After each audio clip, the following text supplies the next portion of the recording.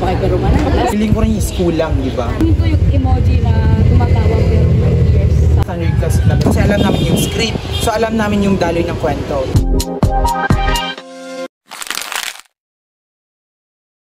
Assalamualaikum at magandang araw, Miss Yuan.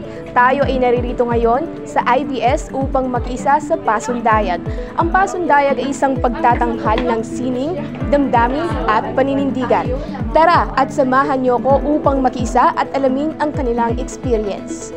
Emoji, like yung masayang emoji, like happy emoji. Kasi yung play kasi yon is very, like masaya yung kasi last time, nagawa din namin yung mga practice na gano'n kasi alam namin yung script. So alam namin yung daloy ng kwento.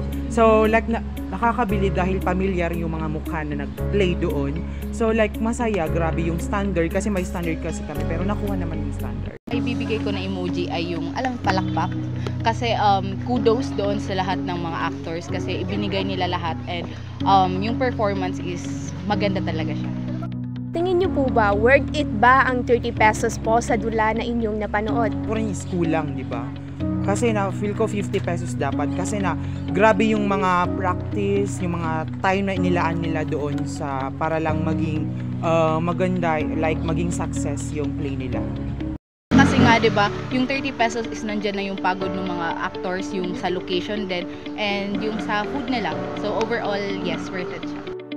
Pagod yung ipinakita nila, but the dedication, ipinakita nila yung kultura ng Maranao. Sino po ba talaga ang dapat na maghugas ng pinggan?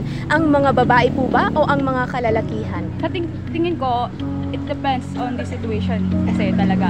For instance, sa mga lalaki, tingnan natin ng mas malawak pa na kapag may trabaho yung lalaki, tapos walang trabaho yung babae, syempre, kailangan niyang pagsilbihan ng kanyang asawa. So, depende talaga.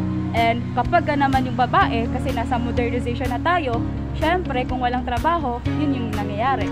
So, kailangan talaga, it depends on the situation. Kung kailangan, nagtutulungan yung mag-asawa. At dyan lang nagtatapos ang ating Pasundayag ngayong taon.